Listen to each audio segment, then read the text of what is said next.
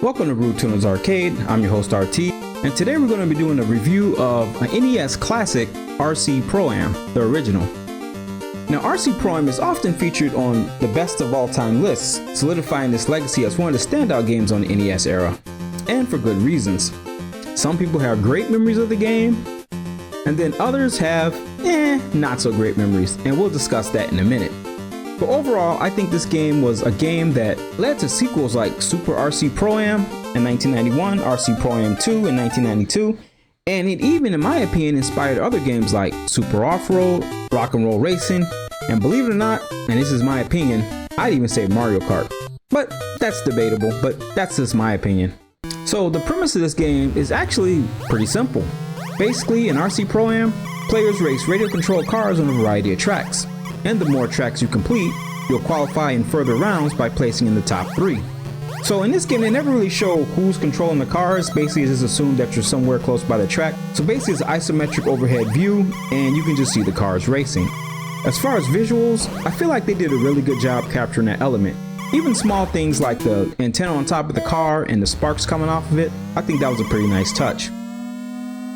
As far as level design, I feel like for what they had on the NES cart, it actually gave you quite a variety of tracks. Now when it comes to sound and music, well, music's not really a big thing in this game because it does only have a couple of tracks. You have the intro track, you have the end of the game when the game's over, and you have the track when you put your name up. Now in between rounds, you'll be treated with a quick little jingle that's very iconic, and you know when you're playing RC Pro Am when you hear this iconic jingle. But outside of that, where this game shines, in my opinion, is the sound of the remote control cars.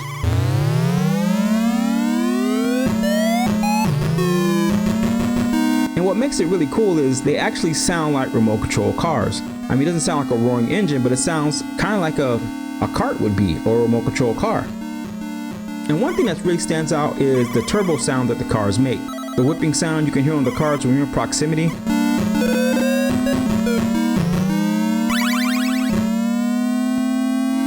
And one of my personal favorites being when the yellow car just whips past when it gets in that impossible mode, and we'll talk about that in a minute. If you played this game, I'm sure you've seen it plenty of times. It kind of reminds me on a low level, the Whipple effect of kind of like a Hellcat in a sense. I don't know if you've ever seen a Hellcat Whipple by, but that's kind of what it reminds me of in some ways. Now as far as the gameplay goes, well, that's the meat and potatoes, so let's get into it. So this game is actually pretty simple because with the old NES controller, you pretty much only had 2 buttons and you had the start and select button. So the controls are pretty responsive if you ask me. I feel like they turn and you're able to drift and cut corners pretty good in this game. And the game features 12 distinct track configurations. And now as the game progresses, these tracks are reconfigured and features are added. One of the main things in this game though are the power-ups. Now those are the things you pick up. They play a kind of a key role in the game. So basically there's 2 types of items you can pick up. You can pick up tune-up items, and those are going to be permanent upgrades to the particular car that you have. And the other one's going to be more in line with weapons. Now we'll go over the tune-up items first. You get a turbo acceleration, and you get hot engines for higher speeds, and sticky tires for better traction when you're going around corners. And trust me guys when I tell you, at the beginning of the game, they don't seem like they make a big difference. But as the game goes on and progresses, they're going to be like crucial, detrimental to you winning any kind of race. Now as far as your weapons, you got missiles and bombs, and the difference being with the missiles, that's what I prefer, the missiles. They shoot out a projectile and they kind of go straight, and they don't aim that well in my opinion. You kind of got to be right on the person or in line to make them hit. And then you got the bombs, and basically what those do, you get in front of your opponent and then you kind of just drop a bomb behind them and they end up running over it and they explode. Another thing with this game is you can pick up power-ups for your bombs, so you can pick up like missiles or whatever, and they'll convert over, and those become crucial in the end of the game. So don't just blow them, make sure you make those, every bomb you get, make sure you make it count. Sometimes you also get this skull that appears and it'll rotate back and forth, and when you run over into skull, it'll actually deplete your bomb, so make sure you avoid that. Or if you try to pick it up, make sure you get it when the skull's not on top. Another item you pick up are these letters, right? And they're shining and they flash, and basically they spell Nintendo. So you pick up all the letters when you're going through the track, and when you pick them up, basically you spell out Nintendo, and that's when your car changes. So when you change cars, you have 3 cars you can upgrade to.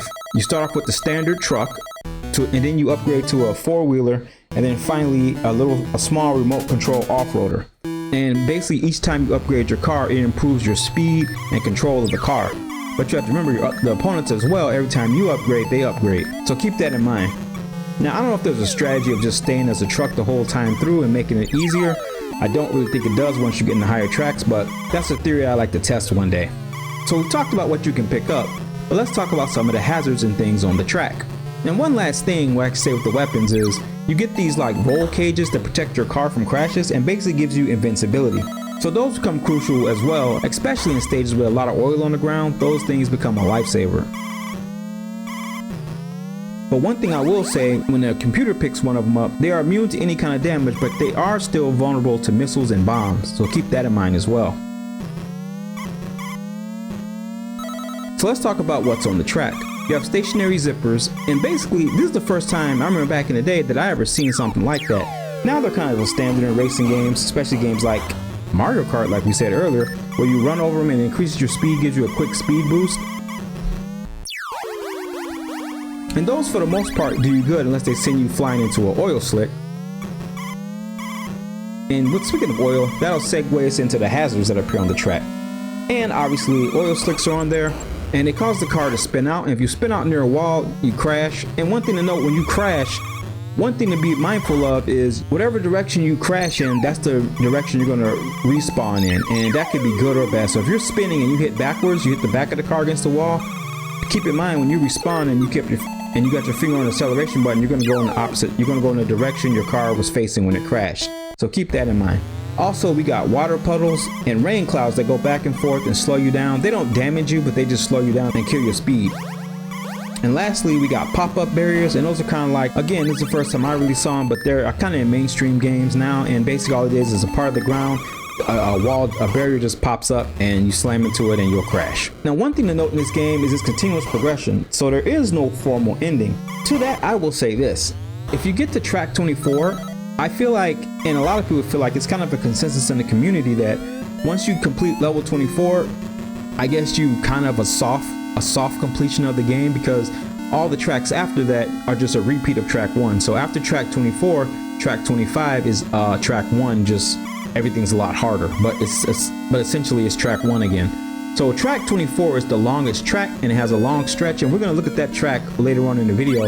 But yeah, at that level you have to play that track perfectly, and it's a pain in the ass, I'm not gonna lie to you. So we'll take a look at that track. But outside of that, I feel like once you completed level 24, in my opinion, I pretty much say you beat the game, and then you're just going on instant repeat. So let's talk about the cars. Now, believe it or not, the cars on this game don't get a lot of love, but I'm going to explain them. They actually do have some significant differences. Now, as far as the blue car goes on the screen, that car is basically like the lead car. It goes, if it's ahead of you, it will slow down. Basically, you can think of it as a rubber banding car. Kind of keeps the race in check. So if that car is ahead of you and you start speeding up, I mean, once you get in higher levels, it's going to leave you. But in the earlier levels, basically, if it's ahead of you, it will slow down so you can catch up. And if it's behind you, it'll instantly catch up with you. So it kind of rubber bands, it keeps the game in check. Now, the green car and the yellow car, they kind of just usually go at a constant rate, generally lots of times slower than your top max speed. But you do have this infamous yellow car, and I know if you've played RC Pro Am, that thing has been the bane of your existence for years. So what it does is basically, and this isn't all the time, but the more aggressive you are as far as using your missiles and bombs, then the car just hits this noise, this high-pitched noise, and it takes off. And that car, unless you stop it, you can kind of subdue it if you shoot it before it takes off. But once it gets in this mode, it just takes off, and that car is impossible to keep up with and impossible to catch. So when you see this, pretty much by the time the yellow car hits the finish line, you better be ahead of the other two cars. Otherwise, it's game over. Now, as far as game over goes, you do get 2 continues. You can, like I say, you lose on a track, you can redo the track, and once you lose both your continues, that's pretty much the game is over. You can't continue anymore. And that's pretty much it. So for the most part, guys, the game's pretty simple. I will go over a couple of strategies that I feel like might help you if you're playing this game. Now, my first tip would be memorizing your tracks, because some of these tracks are short and they're only like 2 laps, so it doesn't give you a whole lot of time to memorize it. So the more you play the game, the more familiar the tracks will be. And one thing you truly want to master is your turns, okay? So now when I was a kid, I played this game, I just kept my finger on the acceleration button, and that works to a point.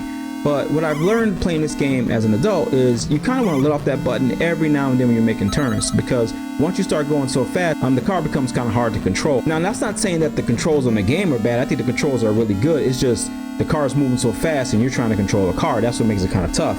But outside of that, just make sure you slow down every now and then, okay? Another thing I feel like would help is when you're taking turns, the best thing to do, unless you're trying to pick up an item, is stay to the wall. I mean, you can actually hit your top speed, acceleration speed, and they do have these arrows on the ground that kind of tell you when a turn's coming up and what direction to go. So kind of use that to your advantage as well. Also, another thing I think might help is always try to keep at least one car behind you. So if you gotta just randomly shoot a car and whatnot and just kind of slow them down, make sure you got that buffer in case that yellow car takes off. You always got one car, at least one, behind you, so that way you're not last, you know, because lots of times you get trapped in these oil slicks, a barrage of oil slicks, and then you're just stuck, keep crashing over and over, you get lapped, and then, you know, you get left behind. And you don't have a turbo button, so once you're gone, you have to just play perfectly almost just to catch up. So make sure you always try to leave one car behind you and take your time. Outside of that, guys, I think a lot of it comes down to just playing the game, practicing, and learning the maps. One thing I will say at the end though is once you beat track 24, you know how that yellow car just takes off and hits that turbo speed? Because once the yellow car hits turbo speed, you can't catch it. Once it gets away from you, you're done. The only time you can hit it again is if it laps you, but usually you don't have that many laps. So I noticed that around track 25, 26, every car goes just as fast, top speed like that yellow car does. The only way you can beat these tracks coming up is to disable one of the cars and keep it behind you. That's the only way you can pretty much beat those tracks, because once they get in front of you, that's it. The race is a wrap, you lose, and then once you lose 3 times, it's over. So if you ever get past level 24 legit and just beat that, kudos to you. In my opinion, you beat the game, because beyond that point, you're fighting an uphill battle. So outside of that, guys, I'd say this is probably one of the more solid games on the NES. For one, I appreciate the controls on RC Pro AM because, let's be real, old school NES games can be hit or miss when it comes to controls, especially driving games. But I think this one does a good representation of it as far as navigating turns and accelerating the speed, and also the computer behavior of the cars. I mean, they do cheat when they go real fast, but at the same time, they're not immune to hitting obstacles like a human would. So I think that's a nice touch there, but they keep the car somewhat in line without being broken. So if you haven't played RC Pro Am for the NES, I highly recommend giving this one a playthrough. You can find RC Pro Am. It's a pretty common game. You can find it cheap some places. It's not one of those elusive games that's super expensive. So, and if you can't find it, you can always emulate it, you know, so definitely give this one thumbs up. So that's going to do it for RC Pro Am. Let me know in the comments below what you thought about this game if you've played it, and what are some of your best and sometimes even worse memories of this game, because the game can get pretty hard at times. Please rate, comment, and subscribe as it helps the channel, and that way you don't miss any game reviews or any gaming news on this channel. And with that, guys, as always, take care of yourself, protect your inner peace, God bless you, and we'll catch you on the next one. Thanks for watching.